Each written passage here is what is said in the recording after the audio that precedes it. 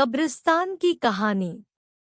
मनोहर का घर पुराने कब्रिस्तान के पीछे था और उसके घर के छत से वह कब्रिस्तान अच्छे से दिखता था। वह रोज उस कब्रिस्तान को पार करके ही अपने काम पर जाता था। मनोहर के 2 बच्चे थे और दोनों बच्चे बड़े ही शैतान थे। बड़े बेटे का नाम रॉकी और छोटे बेटे का नाम विकी था। एक बार गर्मी की छुट्टियों में रॉकी और विकी की बहन सोनिया भी आई हुई थी। तीनों मिलकर रात के लगभग 12 बजे एक रूम में ट्रूथ और डेयर खेल रहे थे। रॉकी सोनिया से पूछता है कि तुम ट्रूथ लोगी या डेयर। सोनिया डेयर लेती है और पूछी है कि तुम लोग कुछ खतरनाक करने के लिए तो नहीं कहोगे ना। रॉकी, ये हुई ना बात तो जाओ अब छत पर से घूम करके आओ और छत पर रखे गमले में से फूल तोड़कर लाना होगा, तभी हमें पता चलेगा कि तुम छत पर से आई हो। सोनिया, छत पर से तो कब्रिस्तान दिखता है। नहीं, मैं नहीं जाऊंगी। रॉकी और विकी दोनों सोनिया को छत पर जाने के लिए जबरदस्ती बोलते हैं। सोनिया छत पर जाती है और जैसे ही गमले में लगे फूल की तरफ बढ़ती है, तभी उसकी नज़र कब्रिस्तान की ओर पड़ती है। कब्रिस्तान में एक बड़ा सा सूखा पेड़ होता है। वह देखती है कि उस पेड़ पर एक सर कटी हुई उल्टी लाश लटक रही होती है। सोनिया उसे देखती है और जोर से चिल्लाती हुई बेहोश हो जाती है। फिर जब सोनिया बहुत देर तक छत पर से नहीं लौटती है, तो रॉकी और विकी दोनों डर जाते हैं और वह छत पर जा करके देखते हैं तो पाते हैं कि सोनिया बेहोश पड़ी है।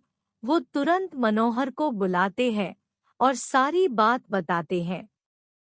मनोहर, तुम तीनों को ऐसा खेल खेलने की जरूरत क्या थी? और रॉकी, तुम तो जानते हो उस कब्रिस्तान के बारे में कैसी कैसी खबरें आती है, फिर भी तुम सोनिया को रात में छत पर जाने के लिए क्यों भेजा? रॉकी, सॉरी डैड, मुझसे गलती हो गई, हम आगे से ऐसा नहीं करेंगे।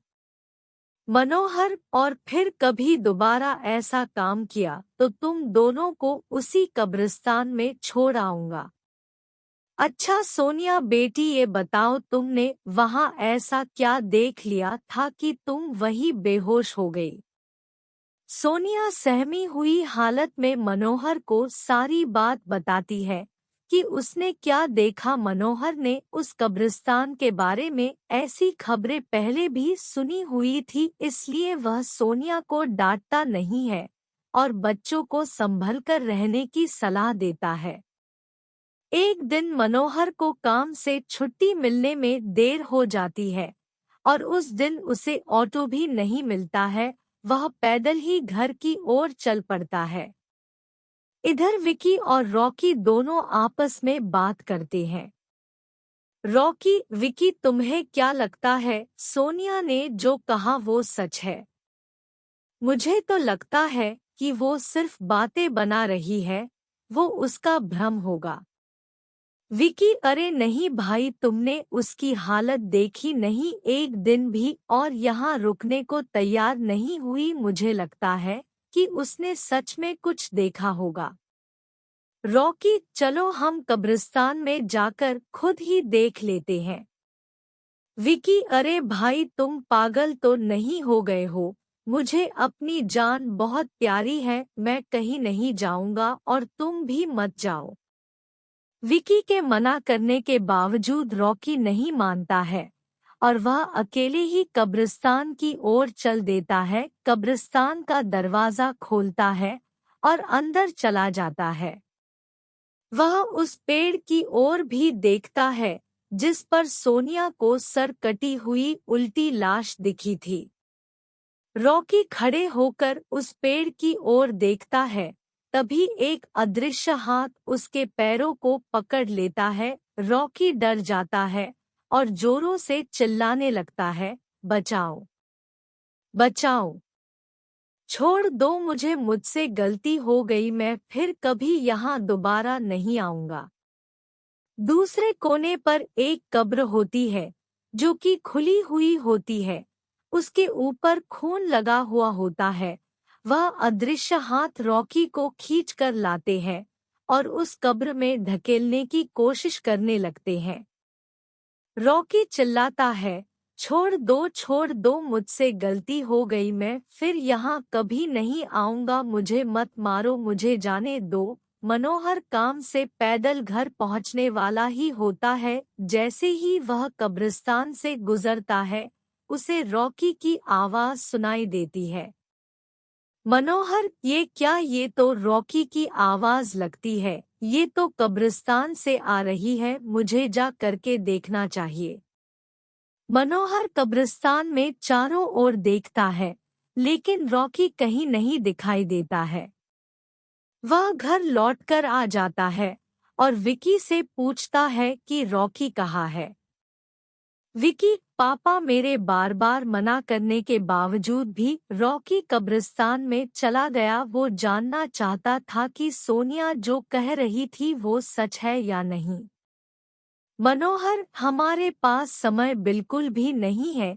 जाओ, घर के मंदिर में शंख में जो जल रखा है वो जल्दी से लेकर आओ, हमें रॉकी को खोजने कब्रिस्तान जाना पड़ेगा। विकी वो जल लेकर आता है। मनोहर और विकी कब्रिस्तान में जाते हैं। मनोहर जल छिड़कता है, फिर उसे किसी के घसीटने का निशान दिखाई देता है। वह समझ जाता है और फिर उस निशान का पीछा करते हुए उस कब्र तक पहुंच जाता है। मनोहर कब्र के आसपास वो जल छिड़कता है।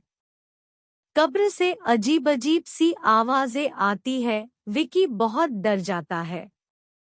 मनोहर, मुझे लगता है कि श्रापित प्रेत आत्माओं ने रॉकी को इस कब्र के अंदर कैद कर लिया है। हमें जल्द ही इसे निकलना होगा। तुम ये पवित्र जल आसपास छिड़कते रहो, इससे हमें वो प्रेत आत्माएं कोई नुकसान नहीं पहुंचा पाएंगी। मैं कब्र को खोलने की कोशिश करता हूँ। मनोहर उस कब्र को खोलने की बहुत कोशिश करता है। अंत में वह कब्र खुल जाती है।